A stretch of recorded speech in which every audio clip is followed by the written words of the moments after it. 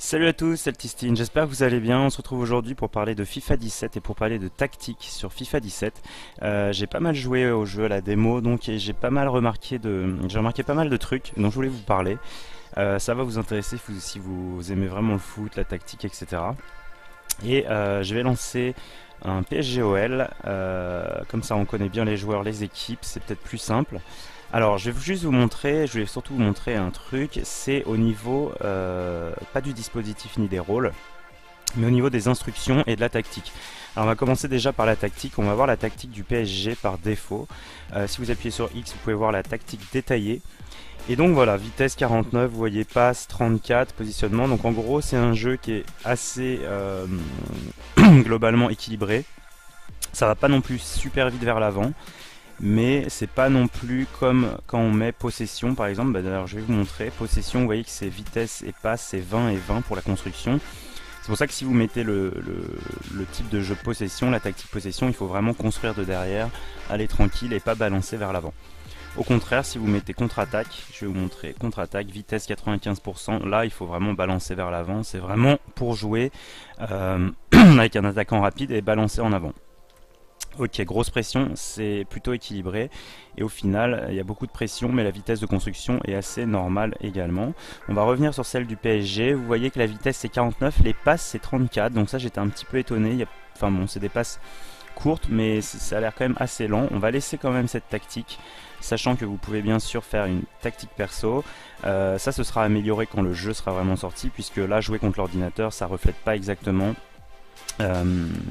la même chose que quand vous allez vous retrouver en online contre des gens qui vont balancer en avant, souvent sur Ronaldo, etc. Mettre des LBY, jouer en contre-attaque défensif, ce sera pas la même chose. Alors, au niveau des instructions, c'est là aussi où je vais vous dire des trucs. C'est assez bizarre, j'ai remarqué des trucs assez bizarres. C'est que par exemple, par défaut, vous allez aller sur Cavani, vous allez voir, vous allez cliquer sur lui, vous allez voir que par défaut, ils ont mis Cavani en débordé, donc faire des appels de balles vers les ailes. Ça je comprends pas pourquoi, vous voyez que vous avez largeur équilibrée ou rester axial. Donc moi je vais le faire rester axial. Vous voyez aussi qu'il est en attaque équilibrée.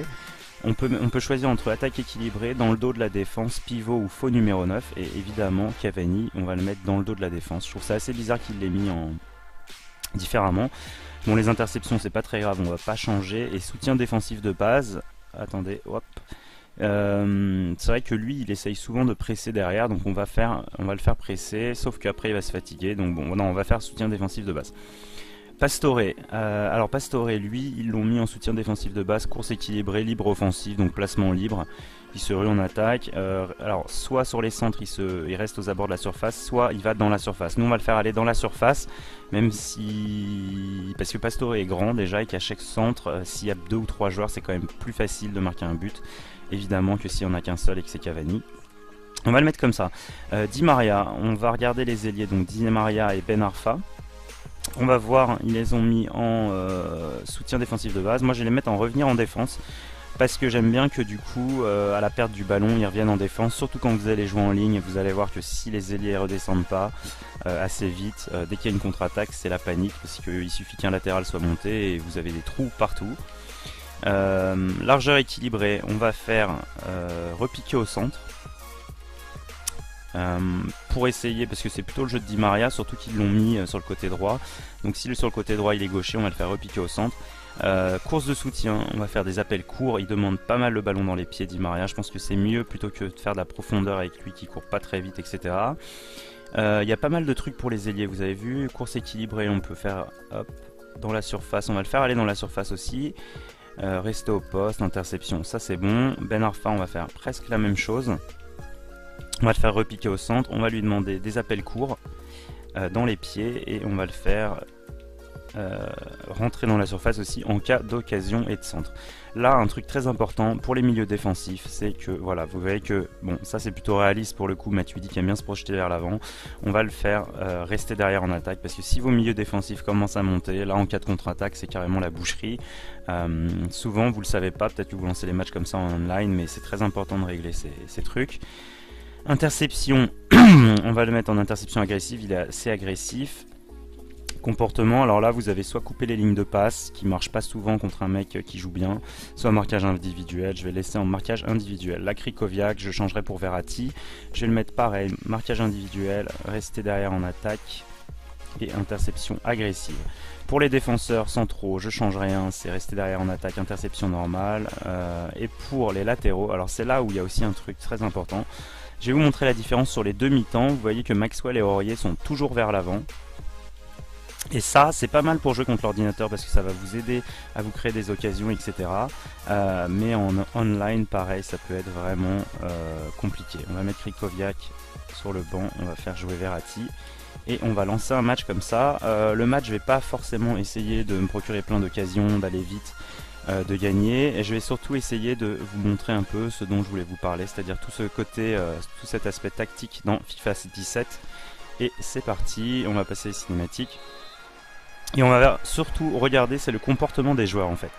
Je vais pas du tout faire d'appel parce que regardez, si vous faites une passe avec LB, vous voyez Thiago Silva, regardez, ça fait un 1-2, il se barre en courant. Regardez ça, c'est assez débile. C'est qu'il se barre en courant limite dans la surface, quoi. Vous avez vu, c'est Thiago Silva, le défenseur central. Ils ont toujours pas corrigé ça, regardez, il est en train de redescendre. Non, et il reste devant, voilà, c'est ça qui est hyper bizarre.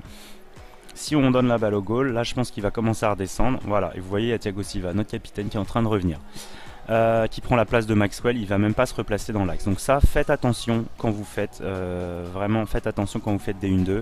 Les faites pas trop avec vos défenseurs, c'est franchement pas une bonne idée parce que c'est quand même assez, pas buggé, mais c'est quand même pas très bien foutu. Et souvent les mecs se tapent des appels de 500 mètres alors qu'ils pourraient faire un appel de 10 mètres et revenir en défense, donc c'est un petit peu bizarre. On va jouer avec Pastore. Vu notre, vous voyez, alors on avait dit les latéraux toujours en attaque, ça marche bien. Vous voyez que là Aurier, Cavani qui a raté cette tête de fou. Vous voyez que Aurier monte beaucoup et vous allez remarquer aussi un truc assez rigolo, c'est que Maxwell par exemple monte beaucoup moins que Aurier. Il est beaucoup plus prudent que Aurier et ça c'est sûrement dû à autre chose. C'est pour ça que l'aspect tactique est quand même assez intéressant. C'est que là, vous allez pouvoir voir dans la description de Maxwell, on voit contribution offensive moyenne. Donc ça, c'est très important quand vous choisissez vos latéraux, surtout en Ultimate Team également quand vous achetez un latéral. Vous allez aller voir sur Aurier et contribution offensive forte. Voilà, donc c'est pour ça aussi. Il n'y a pas que la tactique et comment ça s'appelle, les instructions qui comptent. C'est-à-dire que ce qui compte quand même le plus, c'est que il faut regarder la contribution offensive de vos latéraux ainsi que de vos milieux défensifs. C'est quand même assez important et c'est quand même pas mal oublié par pas mal de joueurs, je pense.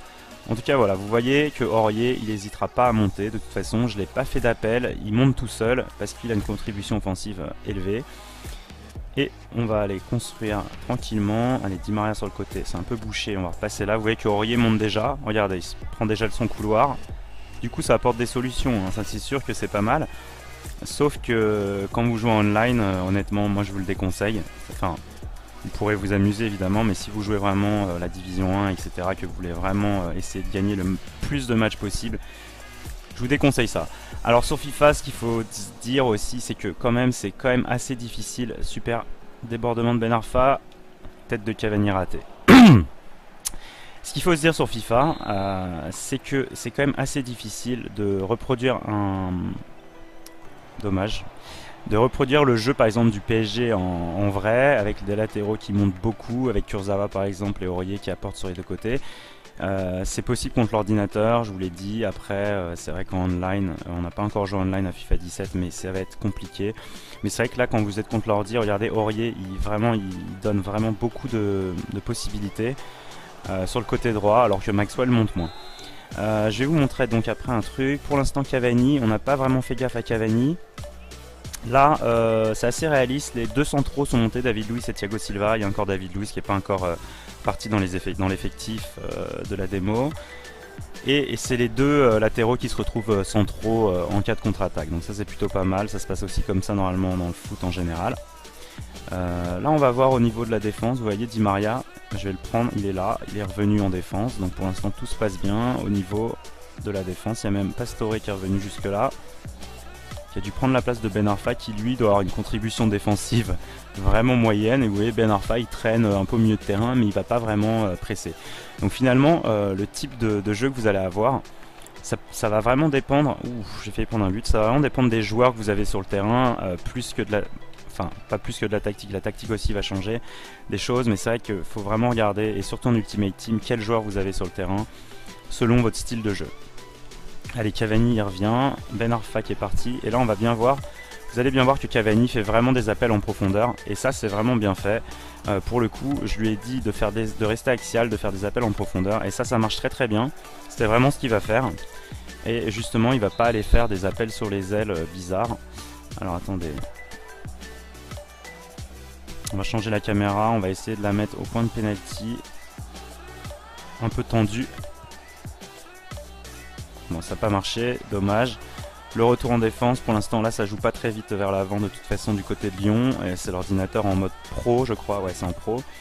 Voilà, Ben Arfa, c'est moi qui le refais venir. Et vous voyez, il lâche pas l'affaire quand même, il suit quand même si je le sélectionne pas, sauf là il s'arrête. Donc ça c'est assez bizarre aussi. Et ça peut vraiment vous coûter des buts quand vous jouez en ligne, c'est un peu chiant mais bon. Voilà, vous voyez que Cavani lui, il fait ses appels en profondeur, ça c'est bien. Il va en refaire un là. Allez, on va lui redonner. Il n'y a que Pastore qui est là pour le centre, donc je vais pas centrer tout de suite. Je vais la remettre sur Di Maria qui va frapper. Et c'est raté. Vous voyez donc en fait sur les attaques que les milieux défensifs ne montent pas. Et ça, du coup, c'est quand même... je l'ai fait, non, je le fais pas normalement en hors ligne. Mais c'est vrai qu'en ligne, je le fais à chaque fois et c'est très important. N'oubliez pas de ne pas faire monter vos milieux def. Je vais vous montrer la différence. Et c'est un petit peu bizarre, j'ai fait un match avant pour voir ce que ça donnait. Je vais changer Maxwell, je vais lui mettre rester derrière en attaque. Je vais changer Aurier, je vais lui mettre rester derrière en attaque. Donc du coup les latéraux vont plus monter, ce qui va me permettre peut-être du coup de dire à Matuidi dans les instructions de monter un petit peu, c'est-à-dire qu'on va le mettre en montée. Voilà, on va un peu exagérer le trait et on va voir si ça peut marcher comme ça au niveau du placement des joueurs. Évidemment, hein, je le répète, on joue contre l'ordinateur donc c'est pas du tout pareil, mais je fais cette vidéo vraiment pour vous montrer le positionnement des joueurs quand vous les contrôlez pas en fait, vraiment de voir comment ils se positionnent, etc. Vous voyez aussi qu'on joue assez bas quand même pour le PSG, je trouve que par défaut l'équipe joue très très bas. Bon, ça il faudra voir, ça, si ça se trouve ce sera changé dans la version finale. Mais au pire c'est pas grave. Attention, on va prendre un but magnifique. C'est Fekir je crois qui a marqué, non? Non, c'est Fekir qui a fait la passe. C'est qui ça? C'était Grenier peut-être? Ouais, c'était Grenier, c'est ça. Bon, on a pris un but, c'est pas très grave. Une fois de plus, le but de cette vidéo c'était pas de marquer des buts. Voilà, Matuidi, on va voir s'il se projette plus vers l'avant maintenant. Et on va surtout voir si les latéraux vont monter plus. Regardez, Verratti lui se projette vers l'avant. Et là, vous voyez que Aurier, il continue quand même à aller quand même pas mal devant. Mais il a pas pris son couloir. Mais c'est vrai qu'il a tendance à quand même bien monter quoi. Ça peut être assez gênant. Matuidi il est là. Maxwell qui monte un petit peu mais vous voyez il redescend tout de suite. Il prend pas trop de risques. Ça c'est pas mal. Ben Arfa est là. Cavani, on va essayer de marquer un but. Allez, Verratti qui va redonner à Cavani. Qui s'est fait gêner par Ben Arfa. Bon bah pour le coup ça marche aussi quand on dit à Ben Arfa et Pastore d'aller dans la surface, vous avez vu. Bon, ils vont tous dans la surface, finalement c'est carrément gêné. Et là on se tape un contre un peu chaud. Et David Luiz qui va l'avoir au physique. Allez, Maxwell qui est parti. On va essayer de marquer un but hein, quand même. On a eu de la chance. Regardez, Cavani fait toujours des appels en profondeur. Ça c'est super bien. Par contre il n'est pas super rapide.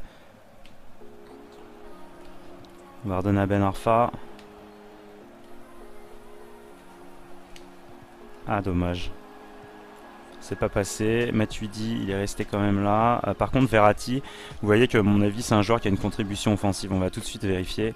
Verratti il n'arrête pas de monter quoi. Et c'est assez énervant. Alors qu'on le met en resté derrière en attaque, vous voyez qu'il n'arrête pas de monter. Donc au final, c'est vraiment plus que les instructions. C'est ça que je voulais vous montrer, c'est que c'est vraiment le type de joueur qui compte. Et on va regarder. Oula, pardon. Oula, j'ai du mal. Voilà, Verratti, stick droit, contribution offensive forte. Voilà, donc en fait c'est vraiment... Après il est en contribution défensive forte également, mais du coup c'est vraiment un joueur qui va... Même quand on lui dit rester en défense dans les instructions, en fait il s'en fout et il va courir en attaque, courir en défense, mais en cas de contre et qui sera devant la surface, quoi. Du coup il mettra vachement plus longtemps à redescendre qu'un joueur qui n'est pas en contribution offensive forte. Et c'est pour ça que si vous jouez Ultimate Team, je vous conseille quand même d'avoir des milieux défensifs qui jouent en contribution basse pour le... Attention, je suis un peu concentré, j'ai vraiment marqué un but. Offensivement, qui attaquent pas tout le temps et qui sont pas en contribution offensive haute. Voilà ce que je voulais vous dire. Hop. En tout cas, est-ce que ça marche pour les latéraux? Ça a l'air de marcher pour les latéraux, il monte quand même moins. Cavani fait quand même ses appels en profondeur toujours. Ben Arfa il a dézonné.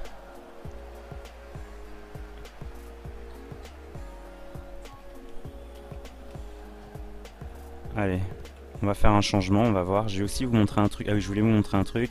C'est que si par exemple vous changez Cavani et que vous mettez Lucas, qui est plus rapide, ça peut être une solution pour jouer à FIFA. Bon, dans la vraie vie, vous savez bien que Lucas en buteur, c'est pas non plus ça. Et vous voyez que si vous faites un changement, les instructions vont rester les mêmes. Vous n'avez pas besoin de les refaire, en fait. Ça prend le poste d'avant-centre, en gros, aura ces instructions. Ok, on va voir ce que ça donne avec Lucas dès qu'il y a un changement et que Cavani va sortir. Vous voyez que Serge Aurier, il continue à monter. Hein. On va le faire centrer. Oh, dommage, Cavani n'était pas loin. Bon, voilà, vous voyez que Aurier, lui, de toute façon, il s'en bat. Il s'en bat des instructions de l'entraîneur. Lui, de toute façon, il montera, quoi. Et d'ailleurs, je vais vous mettre un exemple également avec Aurier. On va lui mettre, on va faire un changement et on va mettre un joueur qui a une... Alors, on va regarder Marquinhos. Il y a une contribution offensive moyenne. Kurzawa, il doit être contribution offensive forte. On va mettre Marquinhos à la place d'Aurier. Et vous allez voir que tout d'un coup, ça va beaucoup moins monter. Que Serge Aurier. Allez, il faudrait marquer un but, ce serait pas mal. Attention à Christophe Jallet, ex du PSG. Allez, on va essayer de marquer. Cavani, vous voyez, en tout cas, il fait tout le temps les appels en profondeur. Hein. Ça, c'est super bien, ça marche vraiment bien.